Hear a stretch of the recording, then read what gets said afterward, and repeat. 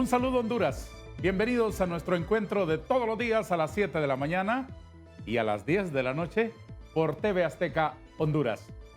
El miércoles de la semana que concluye, el Comité de Relaciones Exteriores del Congreso de los Estados Unidos se reunió con integrantes del Poder Ejecutivo, porque en ese país hay una clara división de poderes. Así funciona la democracia en los países serios.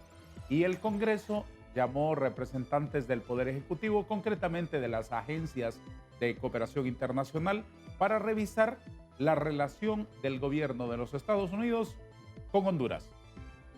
En esa reunión se hizo una reflexión, un análisis sobre los últimos acontecimientos, sobre la conducta del gobierno, de los funcionarios de Honduras, sobre las políticas públicas y la relación bilateral. En ese encuentro participaron también representantes de distintas fuerzas políticas de Honduras que fueron invitados. También representantes hondureños que viven en los Estados Unidos. ¿En qué consistió esa reunión? ¿Qué reflexiones se hicieron? ¿Y cuáles consecuencias pueden derivarse o es previsible que se deriven del mencionado encuentro? Protagonistas de esa reunión están hoy con nosotros en nuestro foro para compartir su experiencia y para que todos entendamos de mejor manera las dimensiones de esa decisión del Poder Legislativo de los Estados Unidos. Le doy la bienvenida en nuestro estudio a don Pedro Barquero, dirigente del Partido Salvador de Honduras. Señor Barquero, es un gusto recibirle. Muchas gracias, Darío. Un gusto saludarte y un gusto saludar al pueblo hondureño que siempre está pendiente de este foro. Le agradezco mucho. ¿Qué pasó el miércoles? El miércoles hubo una sesión, hay un comité de relaciones exteriores en el Congreso de Estados Unidos y ese comité tiene un subcomité que se encarga de ver la región occidental del mundo. Hay otros subcomités que miran otras regiones del mundo y este es el que mira el hemisferio occidental. Sí. Lo que hubo fue básicamente un llamado de parte del Congreso de Estados Unidos al Ejecutivo a través de una persona del Departamento de Estado y una persona de USAID para hacer cuestionamientos acerca de lo que es la relación de Estados Unidos con Honduras. Hay varios temas importantes. Primero, algo que tú mencionaste, la separación de poderes del Estado. La separación de poderes del Estado en Estados Unidos es bien marcada y el Congreso tiene independencia, así como el Ejecutivo tiene independencia. No hay una relación de autoridad entre uno y el otro. Entonces, ni de subordinación, ni de mucho subordinación, menos. correcto. Entonces, el Congreso llama al Ejecutivo para que éste dé explicaciones, pero en ningún momento el Congreso pretende que las personas del Ejecutivo sigan instrucciones de ellos. Entonces hay dos cosas importantes ahí. Primero, esto no era una evaluación de Honduras. Esto era un diálogo entre dos poderes del Estado de Estados Unidos para analizar la relación de ese país con nosotros, no una evaluación de Honduras. Y lo segundo, el Congreso no pretende que el Ejecutivo cambie su manera de actuar con respecto a Honduras a raíz de esta audiencia.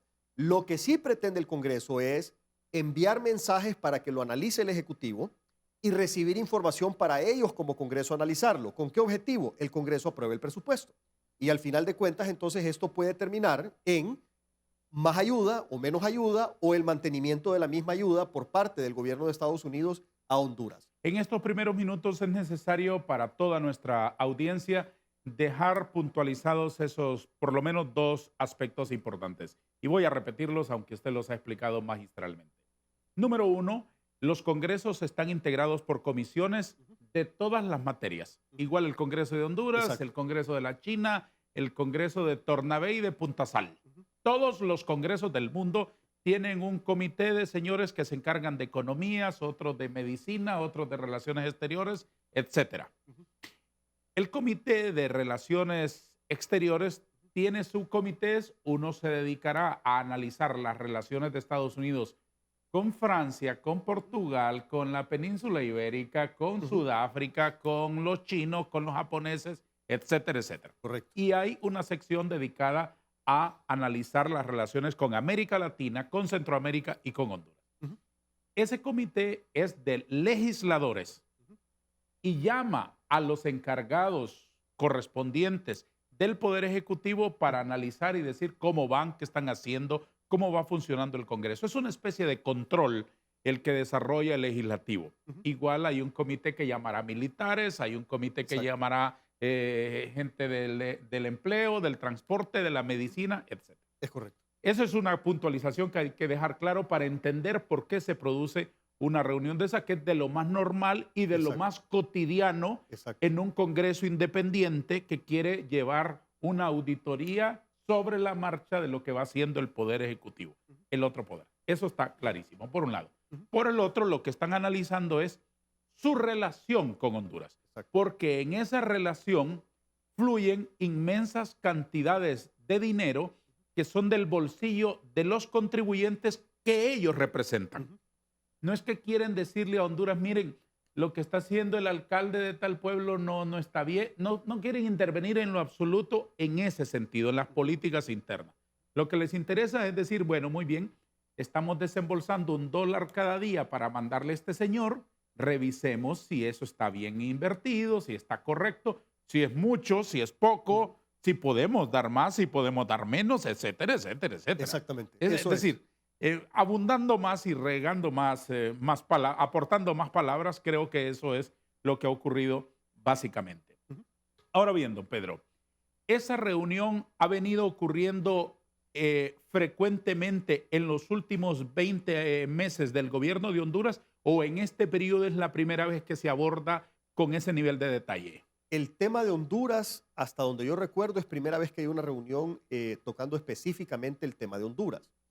Y eso se debe porque hay muchos congresistas, entre ellos la congresista María Elvira Salazar, que están preocupados por la dirección en la que se quiere llevar por parte del gobierno de Honduras al país Sí, y la cercanía que está teniendo este gobierno con gobiernos dictatoriales en donde no se representa, en donde no se respeta la democracia, en donde no se respetan los derechos humanos y que han sumido a sus países y a sus poblaciones en la más terrible pobreza, como sí, por ejemplo Cuba, Venezuela y Nicaragua.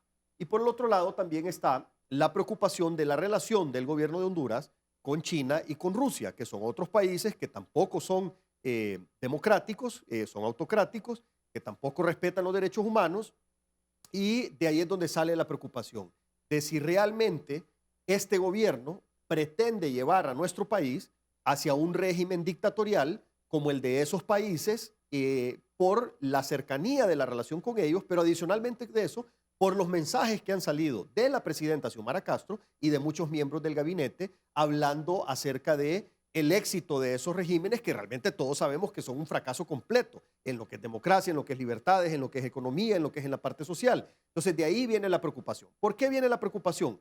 Por varias cosas. Primero, hay muchos congresistas de origen latino en Estados Unidos. sí. La misma María Elvira, sus padres eran cubanos y tuvieron que salir en momentos en que el comunismo se instaló en Cuba a través de Fidel Castro.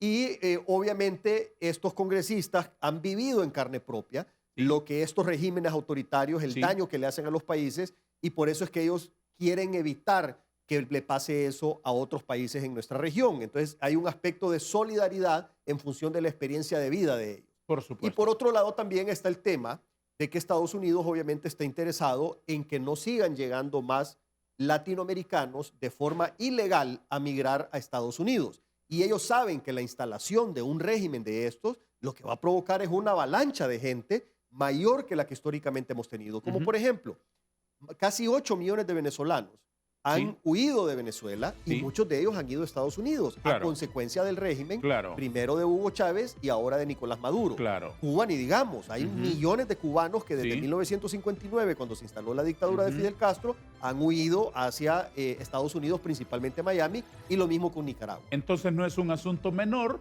y es un asunto que el Congreso debe de analizar y Por debe supuesto, estudiar. claro. Eso es una obviedad. Claro, porque les afecta a ellos como país. Desde luego, Sí. desde luego.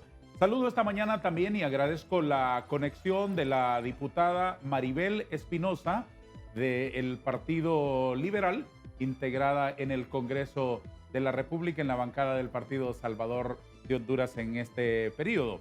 La abogada Espinosa ha participado también en esa reunión en el Congreso de los Estados Unidos y es un honor recibirla esta mañana. ¿Cuál es su primera valoración, doctora? Muy buenos días, correligionario y amigo. Muchas gracias. Eh, Igualmente a don Pedro Barquero y a mi amigo, el director de la Fundación 15 de septiembre, don Juan. como siempre le llamo. En primer lugar, yo quisiera hacer algunas ampliaciones, voy a decir, de lo expuesto y precisiones de lo expuesto por don Pedro Barquero. El pueblo hondureño tiene que entender la trascendencia de esta reunión. Sí disiento en un punto, esto no es ordinario, es extraordinario. El Congreso de los Estados Unidos tiene varias comisiones con intereses claros. Están los comités de interés legislativo, que es para discutir leyes. Están las comisiones y audiencias de supervisión, de investigación y de consideración de nominaciones. Ese es el funcionamiento de los comités. ¿Qué significa eso? Lo primero que tenemos que entender es qué tipo de audiencia tuvimos. Si era una legislativa, una de supervisión, de investigación o de consideración de nominaciones. Pues bien, tuvimos una audiencia de supervisión. Como bien lo han expresado ambos, una de las cosas importantes de la democracia de Estados Unidos es su separación de poderes. Y eso es a lo que nosotros debemos de lograr en el país que hoy está totalmente negado, y es esa separación de poderes. Y me voy a referir por el tiempo únicamente a las audiencias de supervisión. Las audiencias de supervisión, y estoy leyendo un texto, históricamente el Congreso se ha involucrado en la supervisión del Poder Ejecutivo, específicamente en la revisión, seguimiento y supervisión de implementación de la legislación. Las audiencias de supervisión son una técnica que un comité puede utilizar en esta evaluación. No es una audiencia de investigación porque no están investigando ninguna irregularidad del funcionamiento del Ejecutivo. Por tanto, esta audiencia de supervisión es para el Congreso recabar la información del Ejecutivo y posteriormente hacer una evaluación como país. Y eso es bien importante establecer. Y fíjese que en Honduras le han dado una connotación diferente a lo expresado por el senador Peter Welch.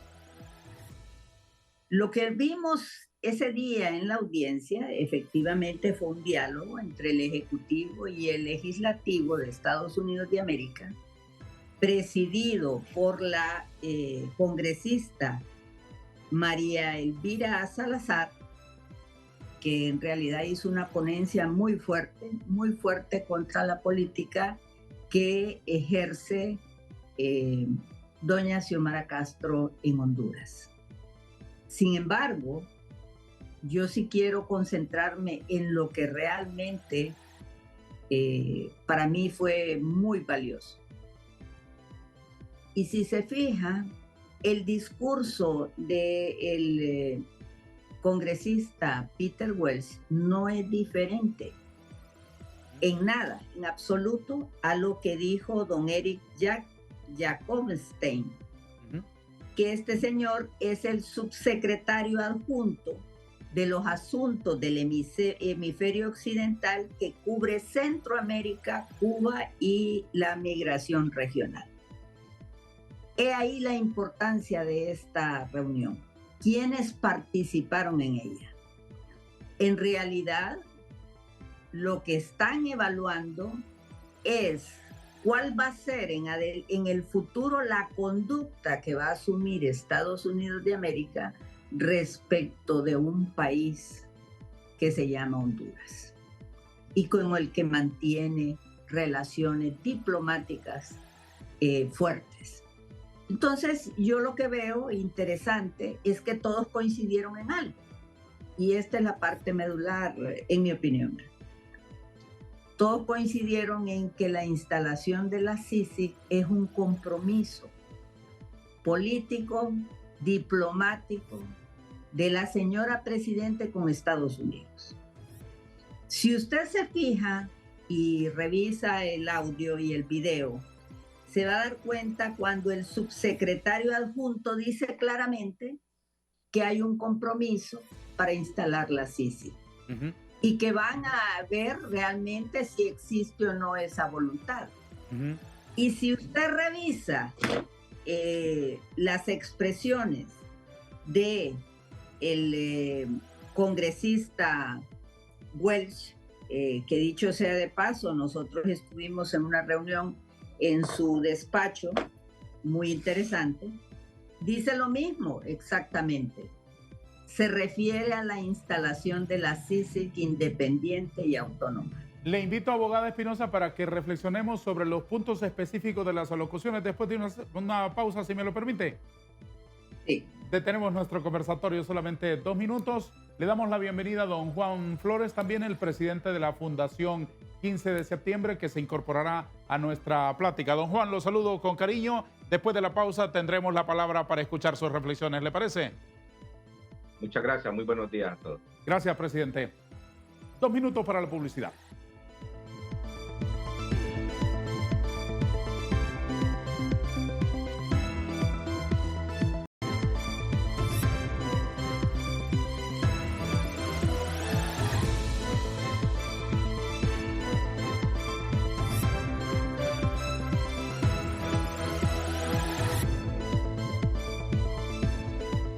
Don Juan Flores, presidente de la Fundación 15 de septiembre, de los hondureños invitados a esta reunión del miércoles en el Congreso de los Estados Unidos, probablemente usted sea el de menos figuración política partidista. Tiene una experiencia particular como presidente de una fundación que acoge, abraza, cobija, protege, guía, ayuda, impulsa al gran éxodo de hondureños, que es una enorme comunidad en la Unión Americana. ¿Cuál es su interpretación de la reunión del miércoles en el Congreso? Sí, muy buenos días, licenciado Vanegas. Buenos días a la diputada Maribel Espinosa y al señor Pedro Barquero. Orgullosos de estar aquí en este programa hoy y saludos también a la diáspora. Efectivamente, como usted lo ha dicho muy bien, licenciado Vanegas, si bien es cierto, era un tema político que se estaba tocando en ese salón del Congreso de los Estados Unidos, pues nuestra postura no es un tema de política partidaria, sino nuestra postura es como veedor de la sociedad civil dentro de los Estados Unidos, que acobija y proteja a nuestra comunidad hondureña. Ahora bien, ustedes que entienden de la política, licenciado, ustedes saben muy bien, como dicen, hay un dicho en la política que nada es casualidad.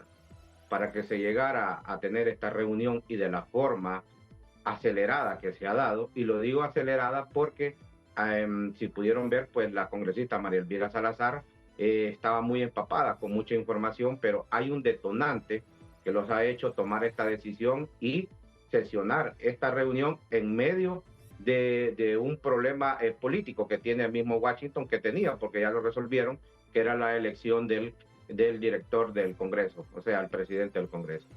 ¿Qué es lo que sucede? ¿Por qué le digo que no es nada casualidad? Para que se tome una decisión de esta, licenciado, hay un consenso en esta representación de Relaciones Exteriores para poder evaluar si es viable o no hacer esta reunión. Y no es una reunión común, como todos lo han querido ver, que es un tema, es una reunión que se hace a diario. Si bien es cierto, hay muchas de estas reuniones que se hacen diariamente, pero no específicamente sobre un país. Y pudimos ver que hubieron 1 hora, 20 minutos hablando sobre la situación de Honduras, no como en otras reuniones que hemos estado presentes, que solo le dan 5 minutos a Honduras, 5 a Nicaragua, El Salvador, etc. Ahora bien, hay un detalle que hemos dejado, creo que no le hemos puesto atención. En esa reunión habían 3 miembros del Congreso demócratas y muy influyentes, y se los voy a mencionar, y que hemos tenido contacto y que conocemos de la beligerancia de ellos.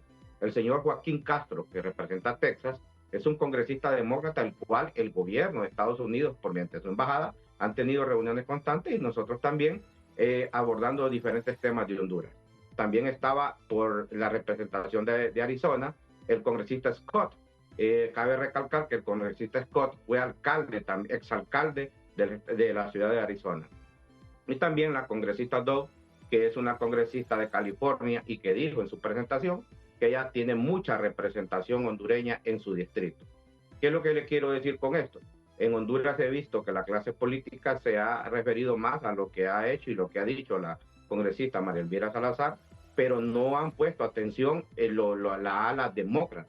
Y por eso le digo, no hay nada casualidad, licenciado, el que se haya hecho este tipo de reunión, sino que hay un consenso porque hay una advertencia, hay un malestar, hay una incomodidad con el acercamiento que ha tenido la presidenta Xiomara Castro y la deshonestidad hacia el gobierno y pueblo de los Estados Unidos. Y le digo deshonesta porque no ha tenido definida su política directamente, si va a estar con China, va a estar con Rusia, con Cuba, con Venezuela, con Nicaragua, o va a estar con el que le está ayudando, con Estados Unidos. Y como pudimos ver en esa audiencia, lo que se está debatiendo es ver qué se está haciendo con los impuestos de los ciudadanos de Estados Unidos y el impuesto nuestro también, porque aquí hay muchos hondureños, aunque no tengan estatus legal, pagan impuestos y estos impuestos son utilizados para diferentes proyectos de Honduras. Usted justamente representa ese grupo numeroso de ciudadanos que tienen intereses en ambas direcciones, porque no solamente se acercan a las instituciones bancarias a enviar remesas a Honduras, sino que pagan impuestos en Estados Unidos, de donde también viene plata para contribuir con las instituciones de Honduras. Ahí es donde radica el particular interés y la importancia que la organización que usted tiene y todos los migrantes representan. ¿No le parece, don Juan? Afirmativo, licenciado. Y este es el punto clave de este tipo de reuniones, porque es la demanda de los hondureños dentro de los Estados Unidos, que somos 2 millones, pero el censo oficialmente dice que somos 1 millón, y una tercera parte, 1/3 de este millón, son ya ciudadanos americanos que están en constante comunicación con miembros del Congreso y Senado, denunciando y todo lo que está sucediendo en Honduras, como lo hacemos nosotros como sociedad civil, exponiendo nuestro malestar y el abandono y lo que nos está perjudicando las acciones que está tomando la presidenta Xiomara Castro, que prácticamente le da la espalda a una diáspora hondureña de más de 2 millones de hondureños por asociarse o por adular a dictadores de América Latina.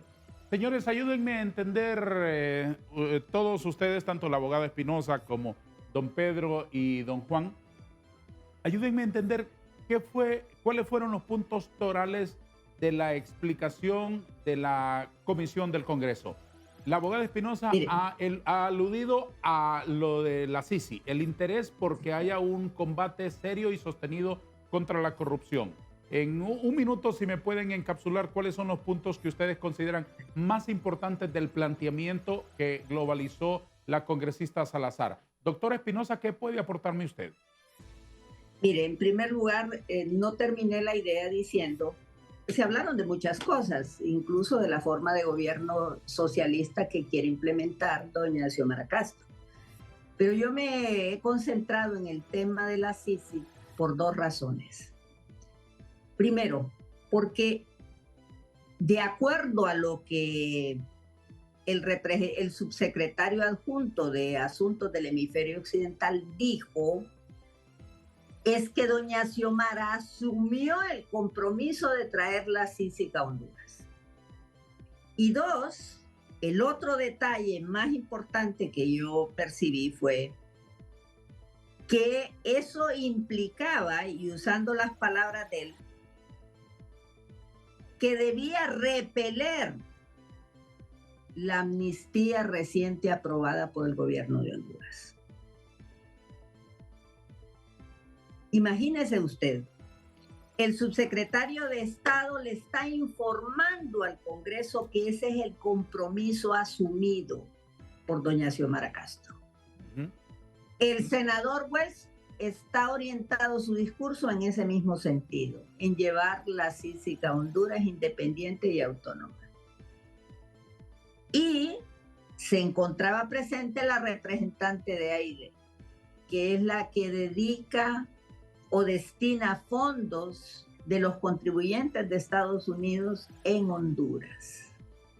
Eso es lo que está en evaluación, además de que muy claramente lo dejó la congresista Salazar y los demás congresistas ahí presentes, era importante el respeto a la Constitución, era importante la institucionalidad y era importante porque recuerde que no hay relación de subordinación entre estados, lo que hay son relaciones diplomáticas. Claro. En base a objetivos, y el objetivo lo tienen claro ellos, que debe de expulsarse la corrupción del país para que el país avance. Y eso nos va a permitir entrar a la cuenta del milenio, que no estamos todavía. Y vamos a estar hasta en el momento en que tengamos la CICI. ¿Hasta dónde llegó esa preocupación, abogada Espinosa? Usted que estuvo en esa junta, ellos tienen la impresión de que no se está caminando con paso firme, que no hay movimiento acelerado hacia la instalación de la CICI como un factor de combate a la corrupción en Honduras. Me llamó la atención lo que expresó el señor subsecretario Eric Jacobstein cuando dijo que esperaban que ella cumpliera su compromiso de instalar la CICI. El lenguaje diplomático, eso es claramente una exhortativa para que pisen el acelerador, ¿no? Así es, muy claramente. Entonces, lo que debemos de preguntarnos nosotros es, ¿fue una audiencia ordinaria? No. No le hacen audiencia de esta naturaleza en relación a las relaciones diplomáticas de ese país con otros países. Son situaciones extraordinarias. ¿Qué otros puntos de interés se trataron en esa reunión? Lo hablaremos después de una pausa. Les invito, queridos amigos, a continuar con nosotros en TV Azteca Honduras.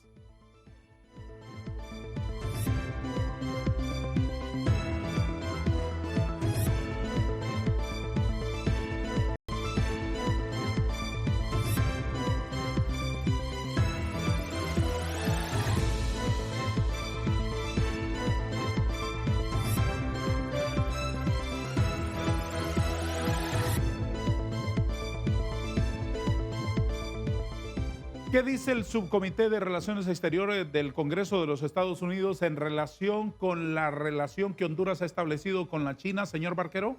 Es de preocupación para ellos y en eso coincidieron todos los congresistas y también Jacobstein del Departamento de Estado. Me habla usted de la visión republicana y la visión demócrata, ¿coincide en eso? Totalmente. De hecho, prácticamente coinciden en todo con matices diferentes. Específicamente en el caso de China, todos coinciden en que esa relación es de interés y de preocupación para Estados Unidos. ¿Por qué? Y mencionar ¿Cuál es el argumento?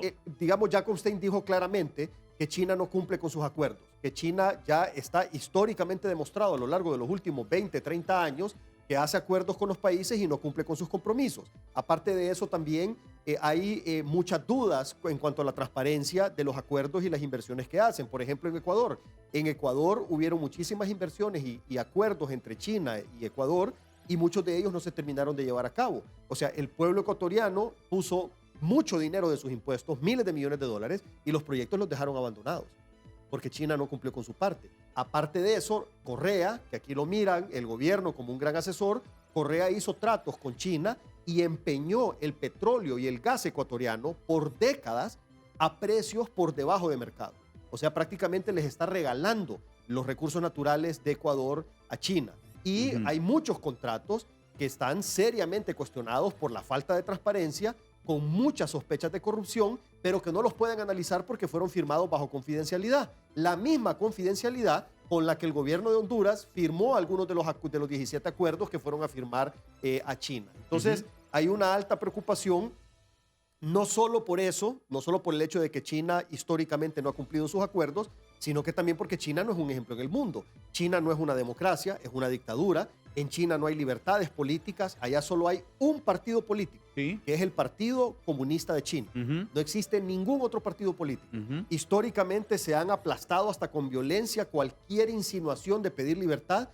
Allá por principios de 1990 hubo como una especie revuelta de estudiantes en la Plaza Tiananmen y el gobierno chino literalmente mandó tanques del ejército a aplastarlos. Y cuando digo aplastarlos no estoy hablando figurativamente, estoy hablando literalmente. Los tanques pasaron encima de los muchachos, aplastándolos y quitándoles la vida para mandar un mensaje contundente de que no van a permitir ninguna solicitud de democracia de parte de su pueblo. Tercero, no solo no hay libertades políticas, sino que no hay libertades individuales. Yo he tenido la oportunidad de ir a China en un par de ocasiones y en China tú no puedes ver Facebook, tú no puedes ver WhatsApp, tú no puedes ver Instagram. Están bloqueadas un montón de accesos a diferentes aplicaciones y páginas web de Internet porque el pueblo chino tiene prohibido tener relación o información de fuera de China. El gobierno chino es el que decide qué información le llega a los ciudadanos y qué información no le llega a los ciudadanos.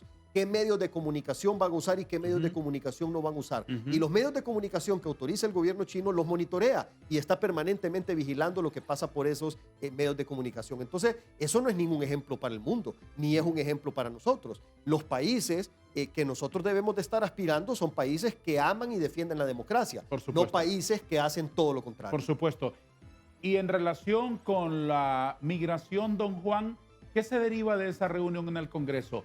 ¿Hasta dónde llegaron las reflexiones y cuáles son las propuestas que el Congreso le hace al Ejecutivo en cuanto a las políticas para los migrantes? Bueno, según la reunión en el Congreso, licenciado, para nosotros nos deja muy preocupados y muy tristes a la vez. Tristes porque queda claro que no hemos tenido una redesignación del TPS por la postura de la presidenta Xiomara Castro, al no querer obtener un compromiso con el gobierno de los Estados Unidos, sino que más bien se va hacia China, se va hacia Cuba, se va hacia Venezuela y lo mismo Rusia. Esto prácticamente nos deja marcado de que nunca hubo una voluntad de la presidenta Xiomara Castro a acuerpar y a proteger a los hondureños que le están generando ya 9.000 millones de dólares en remesas anuales, cosa que ni China, ni Cuba, ni Venezuela se lo van a poder generar en un año. Nos llamó la atención que el congresista Joaquín Castro, que ha sido un abanderado en esta lucha del TPS y que nos ha acompañado, le reclamó por qué a Honduras no se le ha redesignado un TPS si, por las mismas palabras del Departamento de Estado y el que estaba encargado ahí, dijo en el informe el año pasado que en Honduras hay claras violaciones de derechos humanos y que correrían en peligro la vida de hondureños si son expulsados de los Estados Unidos. Y ahí fue donde quedó la pregunta en el aire. ¿Por qué, si la vida de los hondureños corre peligro, solamente se extendió el antiguo TPS y no se redesignó como se le está dando a otros países? Y queda clara la respuesta, quedaron de darla en 5 días, pero quedó clara la respuesta, licenciado. Como no ha habido una voluntad de parte del gobierno de los Estados Unidos en cooperar, no ha sido realmente una diplomacia franca. Entonces, aquí quien termina pagando los platos rotos somos nosotros los inmigrantes, y por eso desde hoy nosotros nos desentendemos del gobierno de la señora Xiomara Castro porque no ha tenido ninguna voluntad, y nosotros buscaremos los canales para buscar esa protección migratoria dentro de los Estados Unidos. Y ya anuncio también, licenciado, que estaremos haciendo una protesta el 27 de noviembre frente a la Embajada de Honduras para alzar la voz y pedirle cuentas claras al gobierno de Honduras. ¿Qué está pasando con la instalación de la CICI? Porque ese es otro elemento fundamental. Sus promesas no las ha cumplido y eso obstruye que nosotros tuviéramos este beneficio migratorio. También haciéndole ver al gobierno de los Estados Unidos que nosotros no apoyamos ningún gobierno socialista ni comunista, no apoyamos a ningún gobierno que esté aliándose con personas violadores de derechos humanos y violadores de la democracia. Y para concluir esta participación, me llama la atención que el señor Pedro Barquero conoce muy bien lo que es el comunismo, conoce muy bien lo que significa la familia Castro Zelaya. La misma congresista Malvira Salazar hizo en su introducción una cronología. ¿Quién es el señor Manuel Zelaya? Es una persona que se disfraza de demócrata, pero prácticamente lo que es una persona vividora, podemos decir, de la política y de la democracia, porque el señor Pedro Barquero apoyó con demencia a esta gente, sabiendo lo que era, y hoy estamos pagando las consecuencias, no solo el pueblo en Honduras, sino que la estamos pagando nosotros los inmigrantes, que hemos luchado por 32 veces para tener un estatus migratorio, y hoy no tenemos nada por las políticas adoptadas de la señora Xiomara Castro, donde le ha dado la espalda completamente a esta diáspora, y no solo a la diáspora, al pueblo hondureño. ¿Quiere responder, don Pedro, lo que dice don Juan?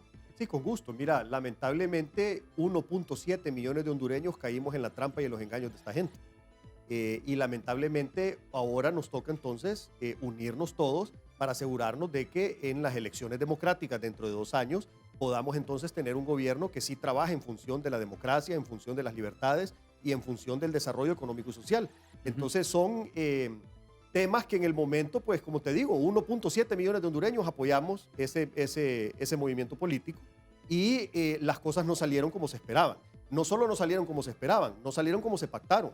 Nosotros teníamos un documento escrito y firmado en donde habían ciertos compromisos que no se cumplieron. Y si bien es cierto, todo el mundo sabía que el presidente Zelaya a veces cumplía y a veces no cumplía su palabra, pero la voz popular era que la presidenta Xiomara sí cumplía. Ya nos dimos cuenta que no. Ahí está la firma de ella en un documento que no se cumplió. Abogada Espinosa, tengo una curiosidad nuclear, así muy esencial, básica. En esa reunión de control, en esa audiencia de intercambio de información y de inquietudes, sí, del Congreso de los Estados Unidos con el Poder Ejecutivo el miércoles, ¿estuvo presente el embajador de Honduras en Washington, el señor Wu, o el señor Hugo Lawrence, que, si ustedes no me contradicen, sigue siendo un lobista contratado por el gobierno de Honduras en Washington? ¿Estuvieron ambas personalidades? No, pero sí vi, realmente no recuerdo sus nombres, pero sí vi 2 funcionarias de la Embajada de Honduras en Estados Unidos. Pero no el embajador. No, el embajador no. Ni el señor Lawrence. El embajador no vi. ¿El señor Lawrence sigue siendo un contratado por el gobierno de Zelaya? Entiendo que sí, es un lobista y pues obviamente aquí en Estados Unidos eso es usual. Los lobistas pues tienen tarea de mejorar la imagen de los países y pues buscar los apoyos, especialmente en el Congreso Nacional. ¿Hay algún punto importante de la reflexión de la Comisión del Congreso que se nos haya quedado por enumerar, doctora Espinosa? Es que mire, Estados Unidos no funciona de manera hegemónica como pensamos los hondureños. Nosotros podemos encontrar mensajes que creemos son contradictorios, pero en realidad no lo son. Y ese es mi punto en esta participación. No hay discusión entre demócratas y republicanos respecto al compromiso, ni entre el Ejecutivo ni el Congreso, porque estoy muy claro cuando el congresista Castro le pregunta. Dice que la pregunta más complicada la hizo el congresista Castro, cuando le pregunta sobre la Sisi. Y es que ese es el punto, licenciado. Si la presidente Castro, y yo creo que va a pasar, no cumple con el compromiso de instalar la Sisi, va a deteriorar severamente las relaciones con Estados Unidos de América porque asumió un compromiso. ¿Hasta qué grado advierte usted que puede producirse de ese deterioro?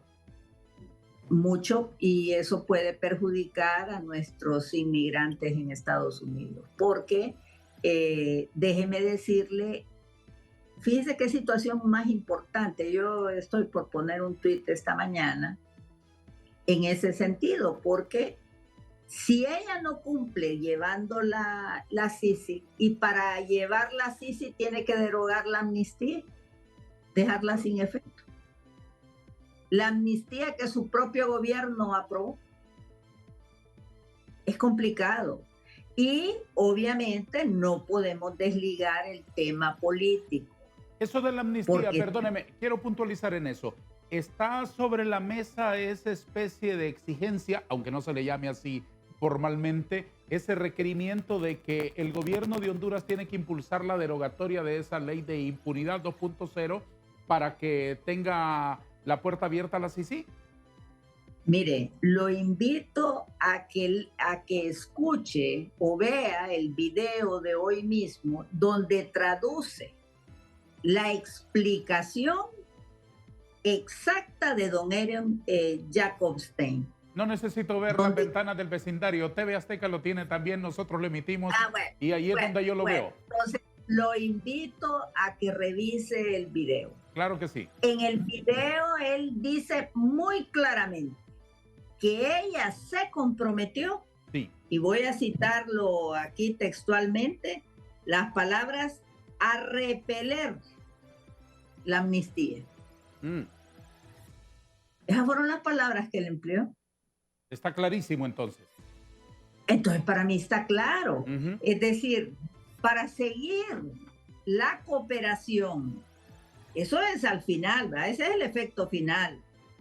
Para seguir en esa gran relación que está expresando el Ejecutivo, ya vio las declaraciones de la señora embajadora que están trabajando, claro. Sí. Es que esa es la diplomacia. Por supuesto. pero si no cumple, sí, ¿qué va a pasar? Discúlpeme, señores, tengo que interrumpir la conversación por última vez. Después retomaremos las consideraciones finales en nuestro foro de esta mañana.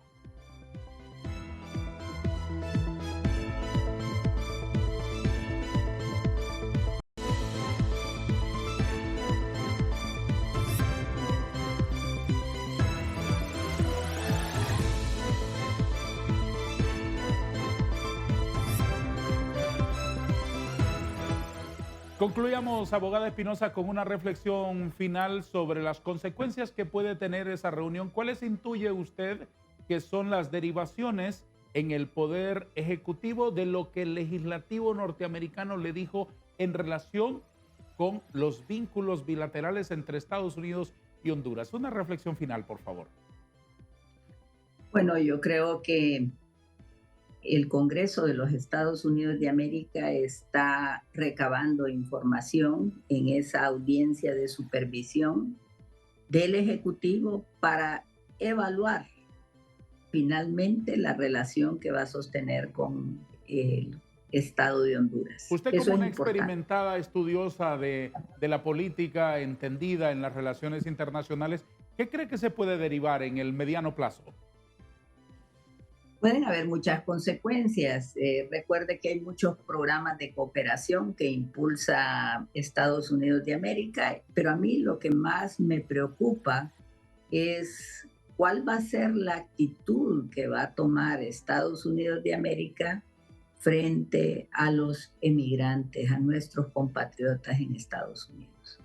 Hay beneficios que otros países ya tienen para sus inmigrantes y nosotros no los tenemos. Y no los tenemos, y hay una masiva deportación de hondureños y no hay una renovación del TPS, no hay claridad de ese programa, que estoy segura hubiera un mejor ambiente en el Congreso para ayudarnos si no estuviéramos desplazándonos al socialismo al que quiere llevarnos doña Xiomara Castro. ¿A ustedes, los representantes políticos hondureños que estuvieron en esa audiencia, les invitó el Congreso de los Estados Unidos o ustedes fueron por su propia iniciativa? ¿Y por qué no hubo representantes del Partido Libre, si de política se trata? Bueno, es una cuestión, en el caso del Partido Libre es una cuestión ideológica. Sin embargo, sí fuimos invitados por doña María Elvira Salazar, que es quien preside ese comité. Yo recibí invitación de don Pedro Barquero, como diputada en el Congreso en representación del PCH. Igual estuvieron invitados mis correligionarios liberales, Alan Ramos, que es el vicepresidente del Consejo Central Ejecutivo, y el diputado Marlon Lara, que estuvimos también ahí presentes. Le agradezco, abogada Espinosa, la gentileza que usted ha tenido de apartar unos minutos de su mañana para conversar con nosotros. Usted es el extracto de la amabilidad. Un gusto. Hasta pronto. Hasta pronto. Muchas gracias, abogada Maribel Espinosa.